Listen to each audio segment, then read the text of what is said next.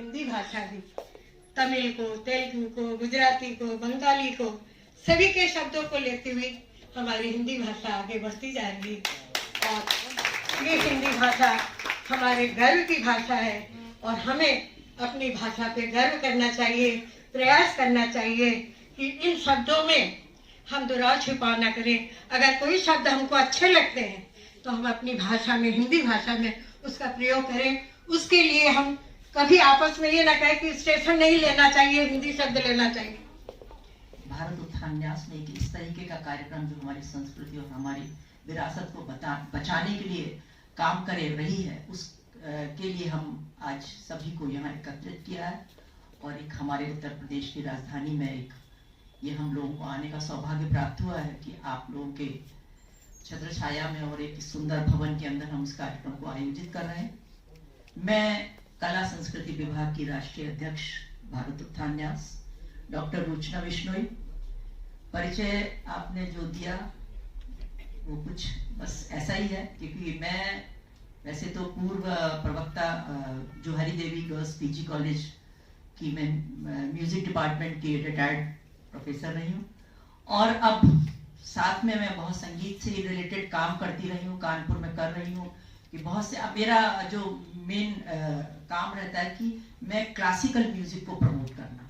Classical music क्योंकि एक छूटता जा रहा है, फिल्मी म्यूजिक आगे बढ़ता जा रहा है, तो हम लोग ये क्योंकि बेस तो क्लासिकल म्यूजिक है, तो बच्चों के अंदर क्लासिकल म्यूजिक ना छूटे या उससे हम इस तरीके के कंपटीशन बच्चों में या गुरु शिष्य परंपरा के ऊपर आयोजित कार्यक्रम, मतलब उस बेस्ड होते हैं क्लासिकल म्यूजिक। क्योंकि मैं फिल्मी गानों का एक भी कार्यक्रम नहीं करती।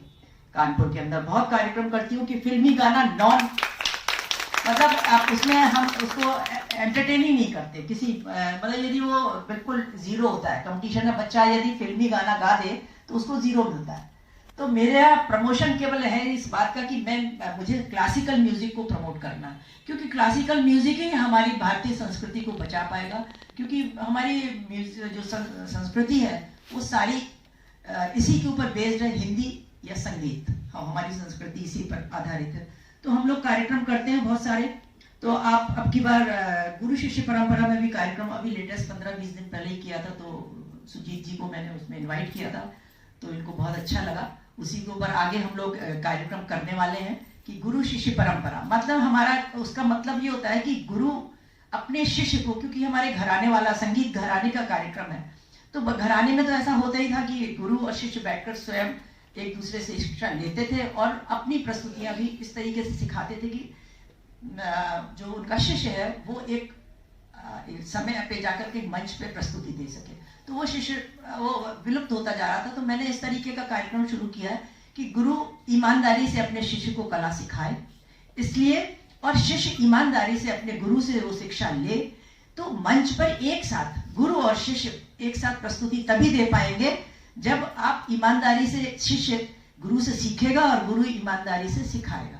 तो ये परंपरा मैंने आयोजित की है कि कानपुर के अंदर कि गुरु अपने शिष्य को अपने साथ बिठाकर मंच पर प्रस्तुति दे पाए। तो ये तभी संभव है जो वो ईमानदारी से अपनी कला को दे पाएगा।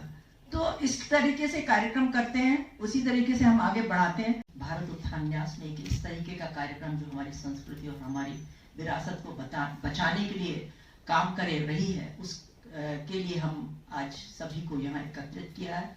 और एक हमारे उत्तर प्रदेश की राजधानी में एक ये हम लोगों को आने का सौभाग्य प्राप्त हुआ है कि आप लोगों के छत्र छाया में और एक सुंदर भवन के अंदर हम इस कार्यक्रम को आयोजित कर रहे हैं। मैं कला संस्कृति विभाग की राष्ट्रीय अध्यक्ष भारत उत्थान न्यास डॉक्टर रुचना बिश्नोई। परिचय आपने जो दिया वो कुछ बस ऐसा ही है, क्योंकि मैं वैसे तो पूर्व प्रवक्ता जोहारी देवी गर्ल्स पीजी कॉलेज की मैं म्यूजिक डिपार्टमेंट की रिटायर्ड प्रोफेसर रही हूँ और अब साथ में मैं बहुत संगीत से रिलेटेड काम करती रही हूँ, कानपुर में कर रही हूँ कि बहुत से। अब मेरा जो मेन काम रहता है कि मैं क्लासिकल म्यूजिक को प्रमोट करना।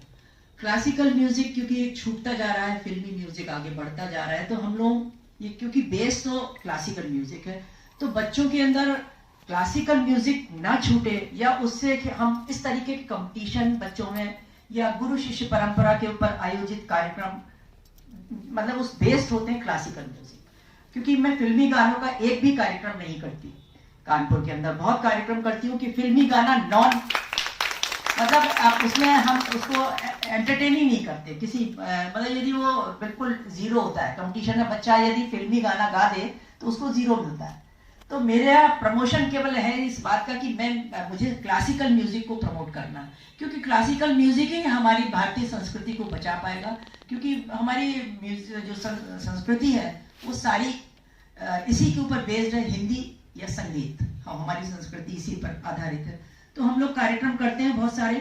तो आप अब की बार गुरु शिष्य परंपरा में भी कार्यक्रम अभी लेटेस्ट 15-20 दिन पहले ही किया था, तो सुजीत जी को मैंने उसमें इनवाइट किया था, तो इनको बहुत अच्छा लगा। उसी के ऊपर आगे हम लोग कार्यक्रम करने वाले हैं कि गुरु शिष्य परंपरा, मतलब हमारा उसका मतलब ये होता है कि गुरु अपने शिष्य को, क्योंकि हमारे घराने वाला संगीत घराने का कार्यक्रम है, तो घराने में तो ऐसा होता ही था कि गुरु और शिष्य बैठकर स्वयं एक दूसरे से शिक्षा लेते थे और अपनी प्रस्तुतियां भी इस तरीके से सिखाते थे कि जो उनका शिष्य है वो एक समय पे जाकर के मंच पे प्रस्तुति दे सके। तो वो शिष्य वो विलुप्त होता जा रहा था, तो मैंने इस तरीके का कार्यक्रम शुरू किया है कि गुरु ईमानदारी से अपने शिष्य को कला सिखाए, इसलिए, और शिष्य ईमानदारी से अपने गुरु से वो शिक्षा ले, तो मंच पर एक साथ गुरु और शिष्य एक साथ प्रस्तुति तभी दे पाएंगे जब आप ईमानदारी से, शिष्य गुरु से सीखेगा और गुरु ईमानदारी से सिखाएगा। तो ये परंपरा मैंने आयोजित की है कि कानपुर के अंदर कि गुरु अपने शिष्य को अपने साथ बिठाकर मंच पर प्रस्तुति दे पाए। तो ये तभी संभव है जो वो ईमानदारी से अपनी कला को दे पाएगा। तो इस तरीके से कार्यक्रम करते हैं, उसी तरीके से हम आगे बढ़ाते हैं।